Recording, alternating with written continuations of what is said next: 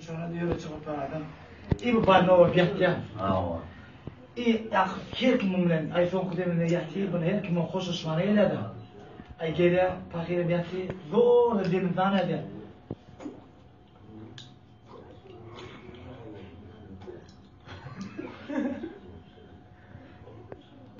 Ayağım artez verdi mi?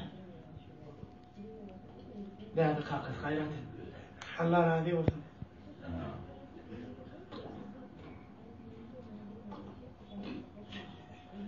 Ulan cumartesi yeri de. Verdi kalkıp verdi. Gayret etmedi. Sonra verdi yeri verdi. Ortacı anlaş. Verdi kalkıp. Evet. Giller yürüdü. Giller mi verdi istadı mı tutayım mı istadı tutayım yata yine mi gitmedi. Artık yürüdü.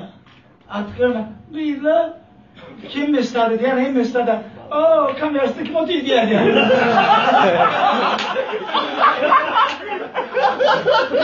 Öyle korkma diyecek kamerası kim otuyor.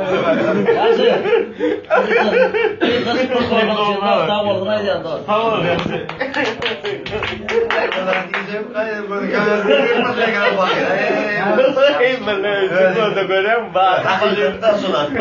Bayram. Gorayda bak giyden tansın. Gorayda on. Birinci. Yaktan diyene birinci. Zor falan. Değil ya. Resmiye kabul ediyorum doğru ya. Tamam mazet. Otur. Benim problematı ayası yürüne şeyler halledler. Şeylerle ilmi bileceğim ki bir problem öğrenmek için gepleşiyorlar. Gazeteler gepleşiyorlar, gülüyorlar. Şimdi şu oğlanı şu gün sıdayına çıkardı, bir görseler, bolonada toy gülüyor, toy bolya da aray. Böyle şu birletmeler, toydan sonra olatlar gülüyor olan, abim kesili koy, sündürüp bolya da. Ben sıdayına getiriyor, bir oturuyor.